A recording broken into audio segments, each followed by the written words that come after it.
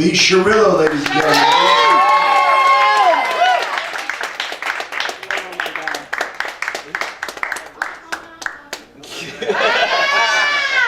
Thank you. Boy, do I have a fan club here or what? Hi, everybody. Nice small crowd, nice intimacy. I want to wish everybody a Merry Christmas and Happy Hanukkah.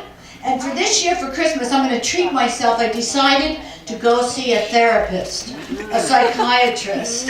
But you know what? I told him my life story, and now he's doing my act in Las Vegas.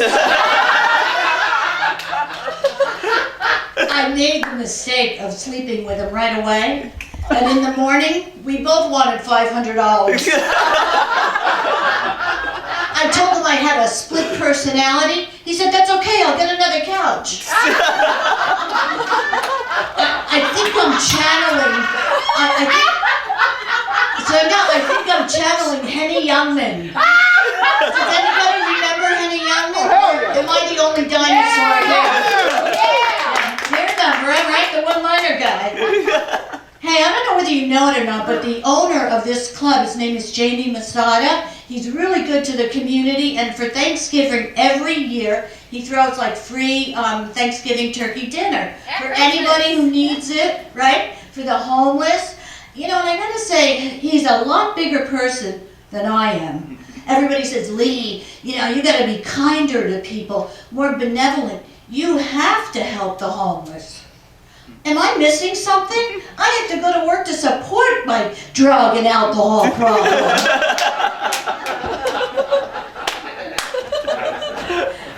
I didn't even know I had an alcohol problem until I did my taxes. It was Jim Beam, Johnny Walker, and Jose Cuervo as dependents. You know, it kills me, those homeless, they hold up that little sign, will work for food. What the hell do you think I do? I come from a long line of drinkers, though. My mother liked to drink. She liked to drink vodka. Vodka, cream, and Metamucil. A white roughage. We begged her to get help, too. We said, Mom, why don't you get some help? Go to Alcoholics Anonymous. She says, what's Anonymous? I know everybody. I said, well, all right, find any support group, anything. So she found one for fat women who feel compelled to wear spandex.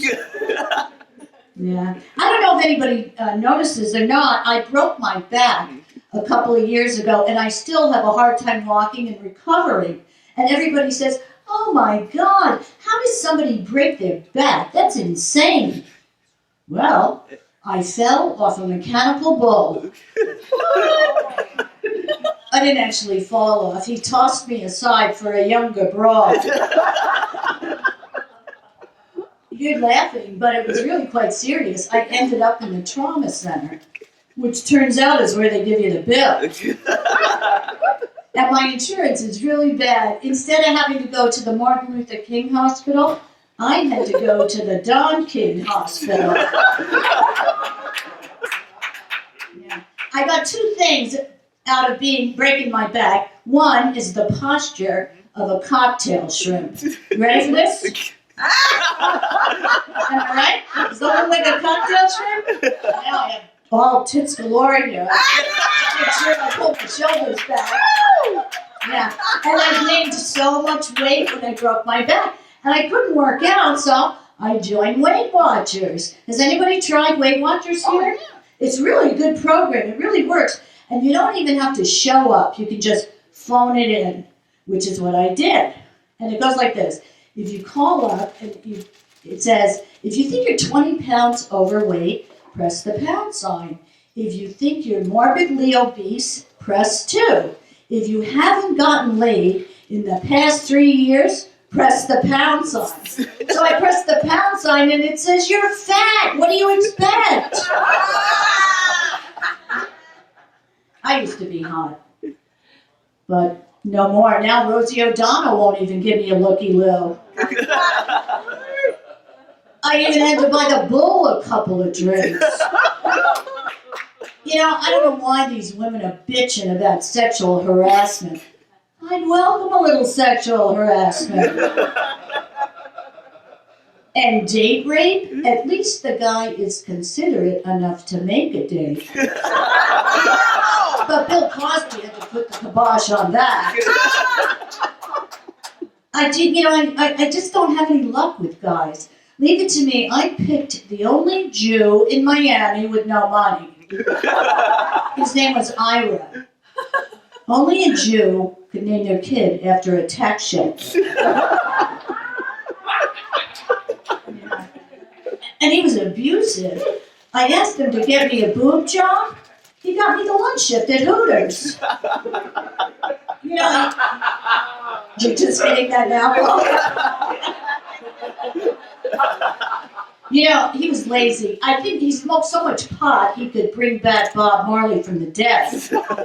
And he had taken so much LSD in his lifetime, he had flashbacks of his bris. Which I always thought was a pot roast. And the guy before him, another whack job, but he was really cute. He kind of looked like Brad Pitt, and he was real, Mr. Nature Boy. And he had this pet parrot that talked dirty. And he would bring the parrot in the bedroom while we were having sex. Do you know the fucking parrot came before I did? We're finished having sex, and the bird is smoking a cigarette. Truthfully, most of the guys I know have suffered from small-timers disease. And these are the guys that say size doesn't matter. Penetration would be nice.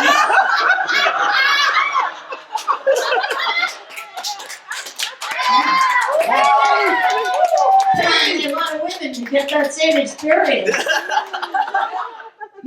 I've tried a lot of those online dating services. Have you seen them? For our time, for people in their 50s. And then in your 60s, it's past your time. And then anything after that, it's out of time. One of them that kind of worked for me, have you ever seen the commercial for this?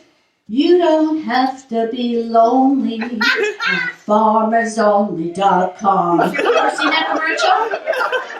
That's where I met the bug. But the one that really worked was www.somebodyfuckmeplease.com. I think the millennials call that Tinder. Huh? Hey, I was hearing with James a lot of, are there any Trumpsters in the crowd? Or we're all Hillary girls? How about you, Samina? You're not so crazy about Trump. I mean, you know what? I don't know why on earth he would want the presidency. That would mean he moves in a smaller house and has to live in a black neighborhood. Yeah. And all my friends, they say, if Trump gets in, I'm moving to Canada. What about Mexico? I'm kind of in agreement with on some of the issues that he has. Like, take the Muslim issue, for example. I speak from experience. I live in Little Baghdad. I mean Iran. I mean Persia. I mean Beverly Hills. Samina lives in Beverly Hills right there with me. Yeah. It's so crowded, there is absolutely no place to park your camel. And the women there, they freak me out. They're all wearing those burqas and the mini burqas, the hijabs, right? And I find that really unsettling. But they're nice enough. Like when I first moved to my apartment in Little Baghdad, a woman comes over to me with a welcoming wagon. She had, I think, like a cup of sheep's eyeballs, right? But she's got her full burqa on. I'm thinking, wow, that's really creepy. So you know what? I talked to her through the mail slot. Figured I'd give her a dose of her own medicine. Yeah. But they're really integrating. Did you see, I think it was last week, Angela Merkel, the Chancellor of Germany, you know, she put a ban on burqas. She made it illegal for women to wear them, except for the seriously ugly ones. And for them, it's mandatory. That they're really integrating into our culture, which That's why Angela, banned the burkas because they don't mingle with the people. Well, have you seen the strip club they have down on Pico Boulevard? It's called the Camel Toe Club. And all the men are yelling at the women on stage, show us your ankles! Show us your ankles! Yeah. And Trump was saying that we're giving our country away. Well, before I moved to Little Baghdad, I lived in where? Little Ethiopia. Is anybody familiar with Little Ethiopia? It's on Fairfax Avenue, right in between like Wilshire and Pico. Yeah, and they have all these cafes and fine dining. And I'm thinking, fine dining? What the hell would these people know about food? Are they starving to death? Little Ethiopia. Yeah. But I'm adventuresome. So I figured, hey, $6.95 for lunch special, I'm going to try it. Do you know I talked to the maitre d' for 10 minutes before I realized he was a cobra? I ordered shish kebab. They served me a toothpick with a fly on it. He says, ma'am, would you like rice? I said, does it come with it? He says, yes, 1 grain or 2. Little Ethiopia, yeah. Hey, anybody have aging parents here? Is it just me, yes? How old are your parents? 70, good God, I date people that age. We're talking 90, 95. I got longevity in my family. Yeah, my father was so cheap, he had a coupon for his own cremation. And that was the Sonny's Barbecue.